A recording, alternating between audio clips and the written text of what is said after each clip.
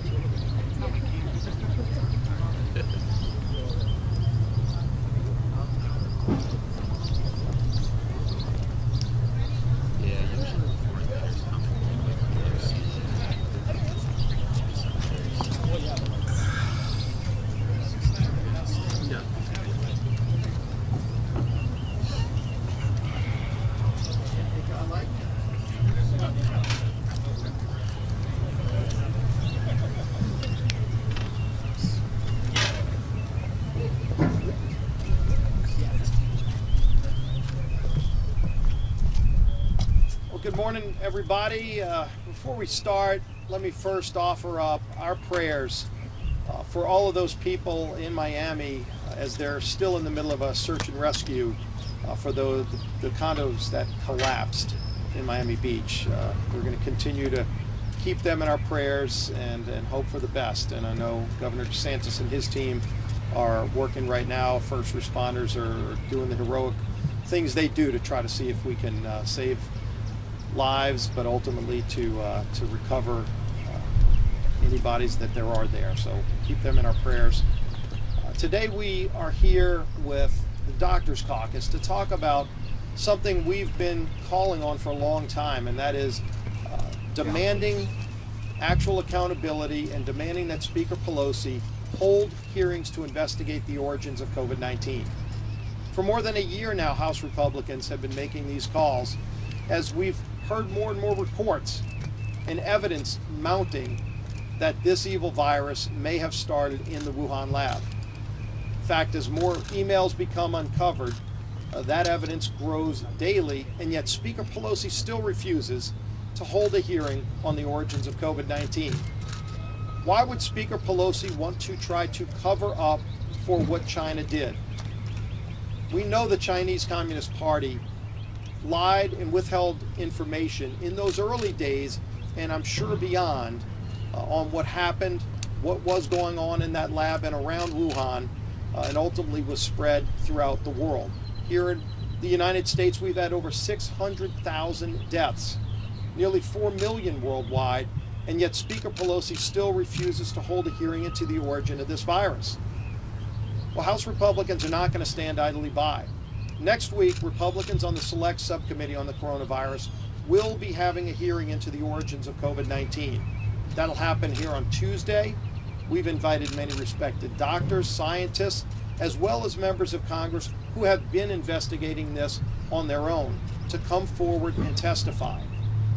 I still would call on Speaker Pelosi to have the committees of jurisdiction have these hearings as well, where subpoena powers can be used to bring people in, compel people to come and bring the information forward and put it on the table so that America and the world can know what really happened, how this started, and if it did start in that lab, to know how it started in the lab. Was it intentional, even if it was an accident, which, by the way, would make it exponentially worse than Chernobyl.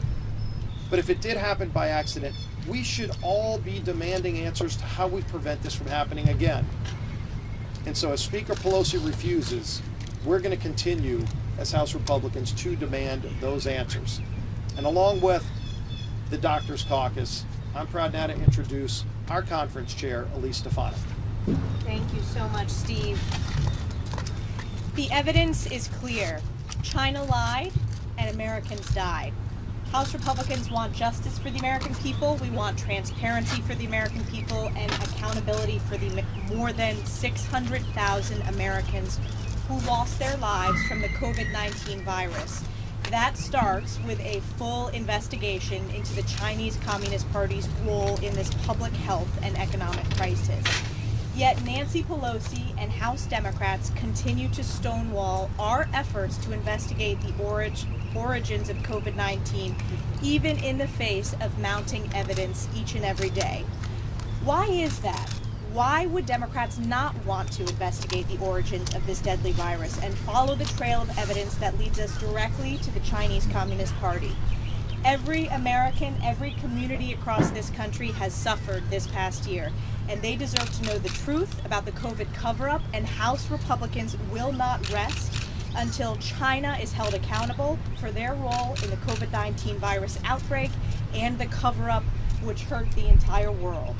Yesterday, Leader McCarthy outlined our roadmap to holding China accountable, and today I am proud that the House Republican Conference is working with our GOP Doctors Caucus, who will provide their expert medical insight on how this happened and the questions we still need answered. They're doing incredible work on this issue.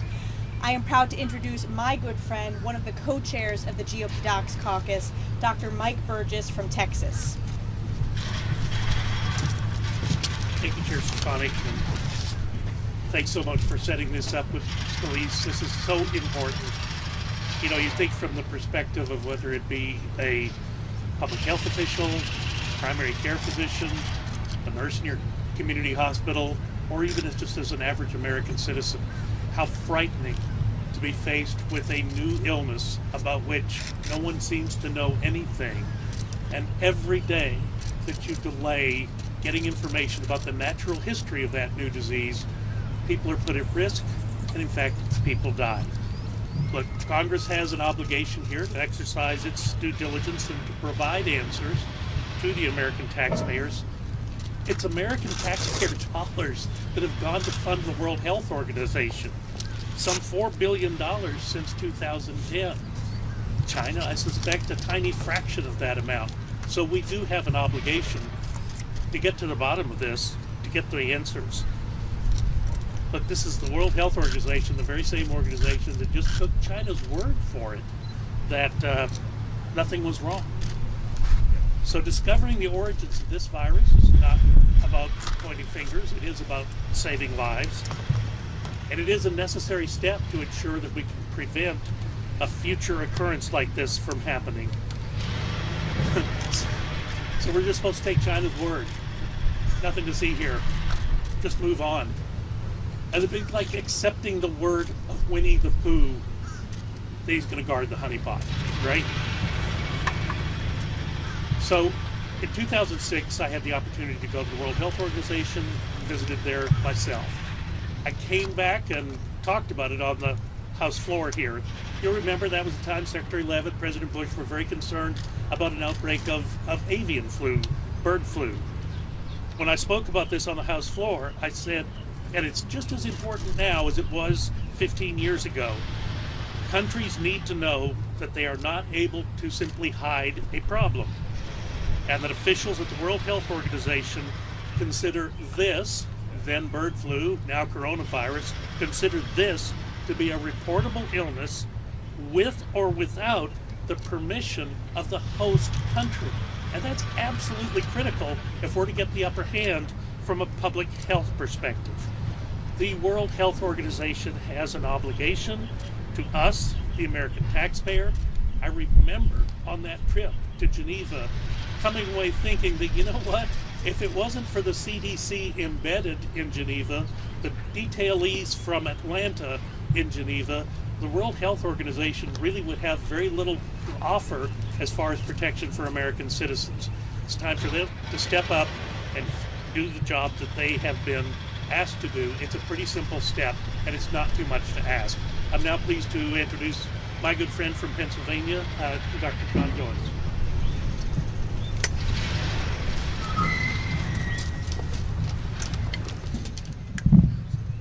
Thank you, Dr. Burgess. Last year, it was my privilege to serve as the only physician on the China Task Force. We examined the growing threat of the Chinese Communist Party to our nation's public health, to our economy, and to our way of life. As doctors, we are all trained here to trust evidence-based facts. Over a year ago, the China Task Force began calling for an investigation into the origin of the pandemic. At that time, the mainstream media, Democrats, and others, they dismissed our concerns. Now, every day, more evidence suggests that this virus was engineered in the Wuhan Institute of Virology. First, the genetic makeup of the virus itself dispels theories that this virus originated from bats at a wet market. Contrary to previous SARS or MERS viruses, scientists have found no signs of a natural outbreak of COVID-19 in bat populations. The presence of a double CGG sequence in the COVID virus points to dangerous gain of function acceleration as opposed to a natural origin. At the same time, we know that there is an alarming lack of biosecurity at the Wuhan Institute of Virology. Not too long ago, in 2018, the United States State Department raised concerns about this vulnerability. For years, we have known about this risk.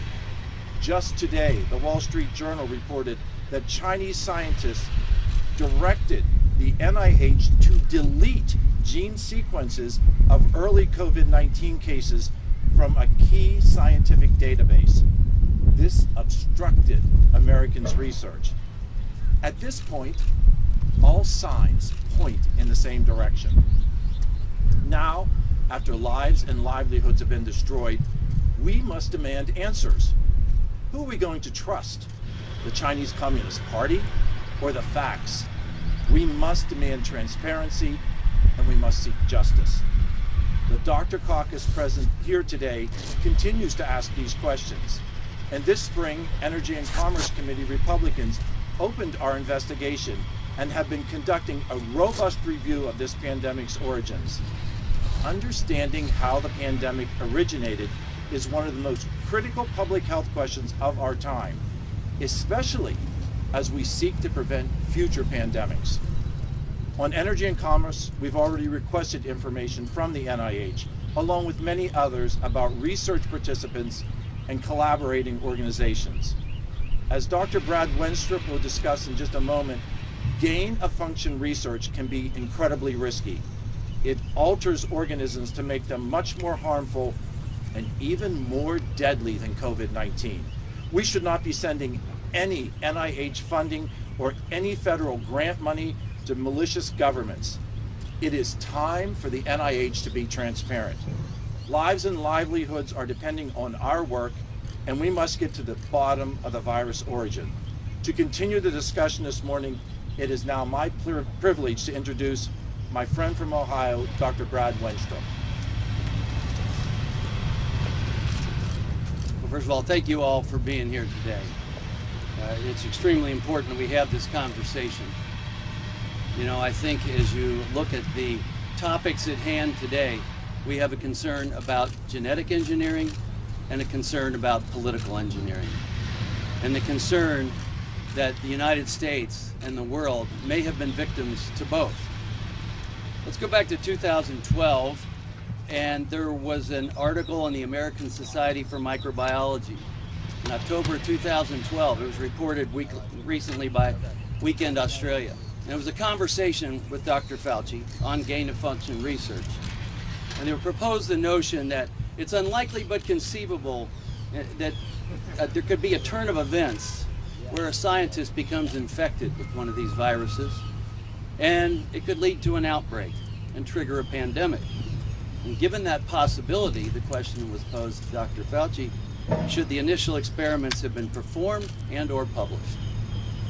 And his response, and I'll quote from the article, "Scientists working in this field might say, as indeed I have said, that the benefits of such experiments and the resulting knowledge outweigh the risks."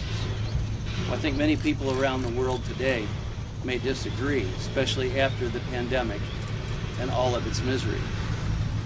In 2015, a report from U.S. scientist Ralph Baric, along with Chinese scientist Dr. Shi Zhengli, reporting on the gain-of-function research that they were doing.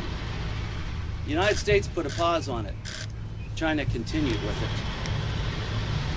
I want to bring in the entity known as the EcoHealth Alliance, run by Peter Daszak, allegedly involved with gain-of-function research at the Wuhan lab. Reported that they have been receiving funds from the United States, possibly even after it was to have stopped. I want to bring some attention to what we recently discovered in Dr. Fauci's emails for you to ponder. January 30th of 2020, he gets an email, Dr. Fauci gets an email from an immunologist, Christian Anderson. And in his conversation, he says, this may have been engineered based on the sequence. Dr. Fauci on February 1st, 20, thanked him, and then immediately alerted his deputy director named Hugh Auchenslaus, an immunologist also. He said, this is important. And in that email, he attached the research, Dr. Baric and Dr. Zhengli. Later on, after Dr. Fauci publicly states that it's unlikely to have come from the lab, even though, as has been mentioned, there's no bat-to-human evidence. There's no bat that shows that they have this virus. The next day, on April 18th, Dr. Fauci receives a thank you from Peter Daszak from the EcoHealth Alliance, who thanked him for saying that it was unlikely from the lab. Again, we're looking for evidence, we're looking for facts. These are just comments, these are statements, and we're not seeing evidence to support those statements. No evidence supporting any of the other theories as well. No evidence from a wet market and not found in an animal. I've introduced a bill this week that would ban US dollars from funding gain-of-function type of research. It's called Foreign Gain-of-Function Research Prevention Act of 2021. No federal funds to be made available directly or indirectly to conduct or support any gain-of-function research involving a potential pandemic pathogen by a foreign adversary. Any research that seeks to enhance pathogenicity, which is the ability to increase its infectiousness or to transmit the disease, would be banned. And I hope, for the sake of mankind, that this legislation becomes law and lead to a global discussion on the issue. I want to thank you all very much for being here today, and for all my colleagues to be here as well, and take any questions you may have. Questions? Yes. Hi, Rebecca Downs with Town Hall. How confident are you that the Biden administration is going to really get down to the bottom of this? Because I know they kind of depended on the WHO. Just, are they doing anything else, you think? Well, I'm encouraged that they're at least talking about it. Because as you know, all of last year, any conversation about this was swept under the rug. Facebook would not even allow anyone to hypothesize about this gain-of-function research and genetic sequencing for this particular virus. So I'm considering that that's been lifted, and people now have their First Amendment right on Facebook to discuss this. I am encouraged that the Biden administration is talking about it as well. And they set up a commission. We'll see what comes from that, but we hope to be involved with that. One follow-up on that. I think it's important for the American people to know that the Department of State under the Trump administration was conducting an investigation into the origins of the COVID-19 virus. It was the Biden administration who put a stop to that investigation. That's unacceptable, and Joe Biden should be held accountable for that. That's why House Republicans are continuing to pressure our colleagues who have stonewalled any investigation in the House, because this should not be a partisan issue. This is the biggest pandemic in a century. It's wreaked havoc across communities across this country, and the American people deserve those answers. So while Joe Biden has finally been pressured, make no mistake, they shut down the investigation that was ongoing in the Department of State. And any delay like that makes it more and more difficult for us to get the facts, and makes it easier for China to bury facts.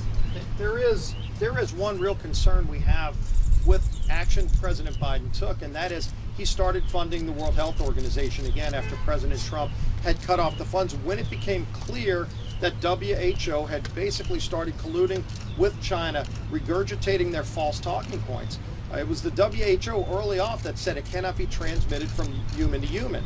That turned out to be a deadly wrong decision, and that's when President Trump cut off their funding. President Biden came in without demanding any reforms at WHO and started giving taxpayer dollars from America to WHO. Dr. Tedros has to go if you're going to clean up and restore the credibility of the World Health Organization. And in the meantime, the United States should not be sending taxpayer funding to an organization that had been lying about the origins of this virus and talking and giving the Chinese Communist Party's talking points. So he should reverse that decision. It was a very flawed decision that President Biden made there. Hey, whoops, Elise. I wanted to ask you, as part of the select committee on coronavirus crisis in the House, have you had conversations with Mr. Clyburn about whether or not your committee is going to do an investigation of the origins? Yes, as recently as yesterday, I asked Chairman Clyburn if we would hold a hearing in the select subcommittee on the origin of COVID-19. And this is a conversation we've been having for about a year now. He said he will not be doing that. And ultimately, we decided that the House Republicans on the Select Subcommittee will hold a hearing next Tuesday on the origins of coronavirus. So we've asked many times, as recently as yesterday, in the hearing we had with Chairman Powell, the Federal Reserve Chairman, on this issue. It was 2 days ago, actually, was that hearing. So that's when the last time I brought it up to Chairman Clyburn. Beyond congressional hearings, what is the federal government not doing, in your opinion, to investigate the origins that you want to see happen? Well, I think that President Biden ought to be reaching out to all countries around the world. Every country was touched in a very devastating way by this evil virus. Every country's had deaths. Again, almost 4 million worldwide, and that's just what's reported. We don't really know how many deaths there are in China and Russia and some other countries, but ultimately President Biden should be getting all countries in the world together to investigate this. You know, if you look at some of the transmissions, when President Trump rightfully ended flights from China, he was criticized including by President Biden on that decision, which even Dr. Fauci testified that decision by President Trump saved American lives. But China allowed international flights to still go on, sending people to countries like Italy, for example, which had a very high death rate early off, when they weren't even having flights within China. And so all of those things should be investigated, not just by the United States, but by a coalition of countries from around the world. I would hope to see President Biden want to lead that initiative, but that's the sort of thing that we should be seeing. Everybody that's talking, there were American scientists who were talking to scientists in that lab. We need to get that information out because the Chinese Communist Party will not share that with us. They won't share it with anyone else. Maybe other countries had similar experiences where they were able to find out some things that over time we might not be able to recapture. Let's get all that evidence out as soon as possible before either evidence is destroyed or before people forget about some of those conversations they may have had a year or a year and a half ago. Thank you, Elise. So yesterday, Ranking Member McCall mentioned that we may never know the truth about the origin of the COVID-19. And also, China has been accused of not being transparent. So I was wondering, what's the goal and what are you hoping to achieve out of these investigations? And do you think that can make a difference? The reason that we're pressing forward with investigations is because the only way we're going to find out the truth is to start getting those questions answered sooner rather than later. Chairman McCall put out a great report.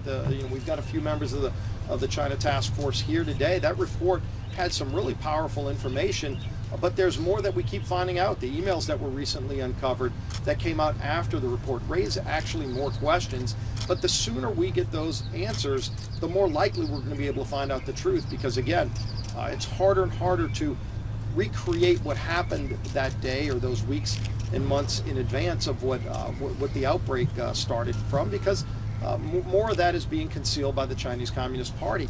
We've got to get the answers as soon as we possibly can if we're going to get to the truth. And I think that's what Chairman McCall was talking about.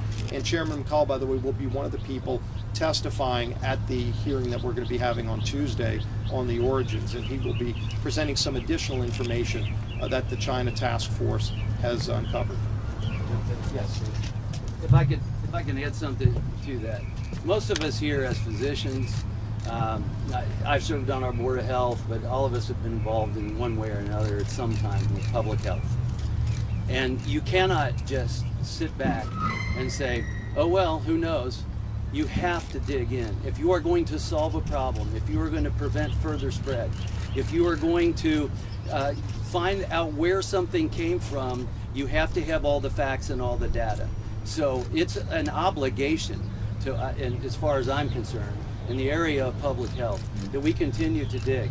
Unfortunately, if China doesn't want to participate in the way that the WHO was supposed to operate, which was to be there to benefit humankind, so that we would share data, so that we would know what was going on, so that we would be able to solve problems once they arise, and also try to prevent them in the future. So we're obligated to continue to drive. And maybe there'll be stonewalls. We know there already have been. But we've got to plow through those one way or another. And sooner or later, we need to get to the truth about everything if we are going to protect humankind. Dr. Miller-Meeks addresses too, because she's on the subcommittee and has actually asked some of these questions as a public health official. I'm former Representative Dr. Marionette Miller-Meeks, and so your question's a good question. It's been over a year. Why does it matter?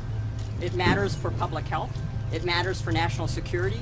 And more importantly, it matters because how we address the next pandemic. So the international community, what can they do?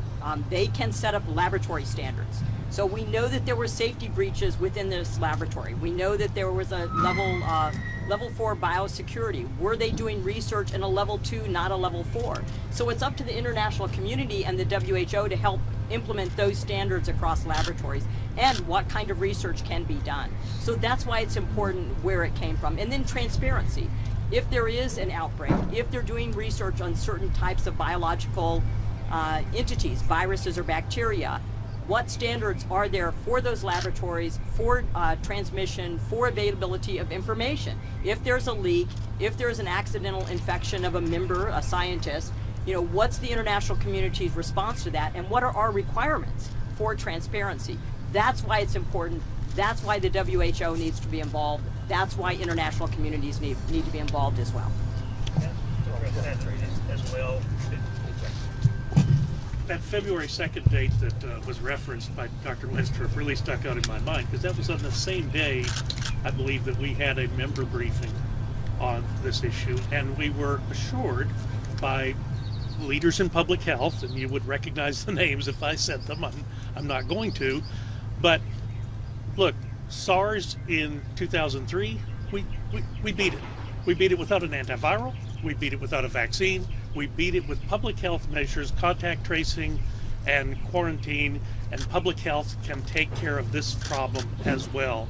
In fact, I remember being struck by the eerie confidence that this disease is going to behave exactly the same way the one did 20 years before. Now, unfortunately, we know that it didn't, that there was that long latency period. So contact tracing and quarantine became less effective, and it was only the development of antivirals and vaccines, Operation Warp Speed, that finally provided us deliverance from this scourge. But that's why it's so important. You can't always go back and retrace your steps, but where you can and learn, it's critically important to do so. Who knows, 20 years from now, another member of Congress may be up here talking about something similar, referencing something we learned during the investigative process here. Great. Thank you, everybody, for attending today. Thank you to the GOP Docs Caucus for their leadership. You are going to be hearing more from these members who serve on a number of committees, but they bring their unique medical expertise, so thank you very much. We look forward to seeing you at Tuesday's hearing.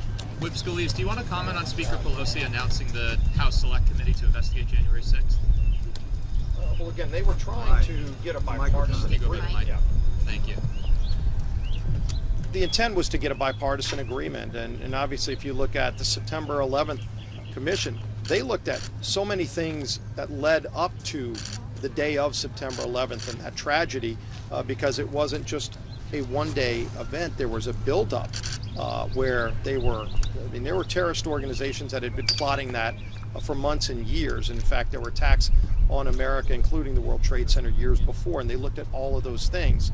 And we've been pushing Speaker Pelosi to have a similar approach to what happened on January 6th, and she still refused to want to have that kind of full-scale investigation, and that's unfortunate. Thank you.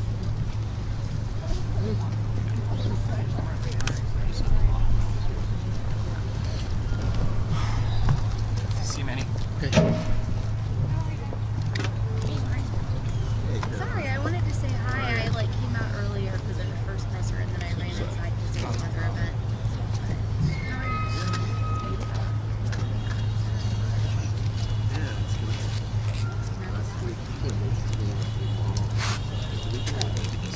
Really? Yeah.